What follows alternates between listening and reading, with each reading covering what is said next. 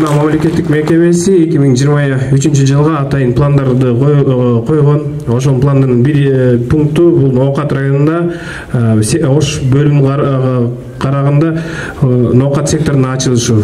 Бүгүн буюрса ошол планыбыз ишке ашырды. Урматтуу жашоочулар, автотранспортту катты десеңер, бияка келип сөзсүз кайрылгыла. Ош шаарына барбай эле, Кызылкияга барбай эле, бияка келип кайрылып, консультация алып, автотранспорт унааларыңар каттап кетиңиздер.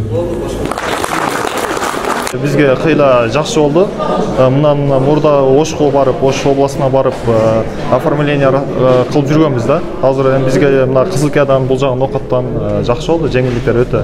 Эми Ошко барганда очередь көп болчу. Эми бир күндө бүтпөйт эле да, 2 күнгө созулуп кетет эле. Биз алыс болгондуктан 40 чакырым да бизденчи. Белөлүктөн Ошко 40 чакырым.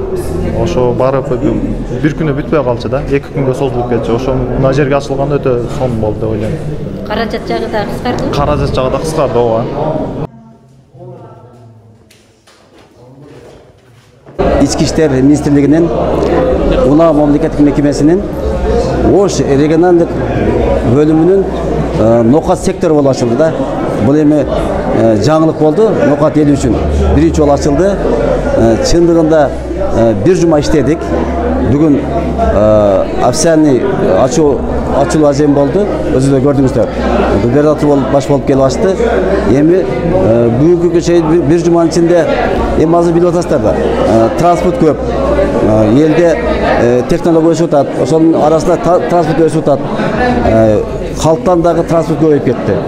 Ошон үчүн Ноокат эли дагы Ош регионунда экинчи халк саны боюнча, транспорт саны боюнча дагы экинчи орунда турат. Кара Суудан кийин. Бүгүнкү күндө 150 жаран бизге кайрылды. Алар бардыгы жанагыдай суроолорун чечип алышты, өздөрүнүн машиналарын каттоодон өткөрүп алышты. Азыр билесиздер, проблема бир мезгилде болгон, давление жок айдаганчы. Ошон үчүн көптөр давление жок өткөрө албай атат бири-бирине. Штрафтар келгенде бири-бирине проблема болуп атат. Ошонун баардыгын чечип атабыз.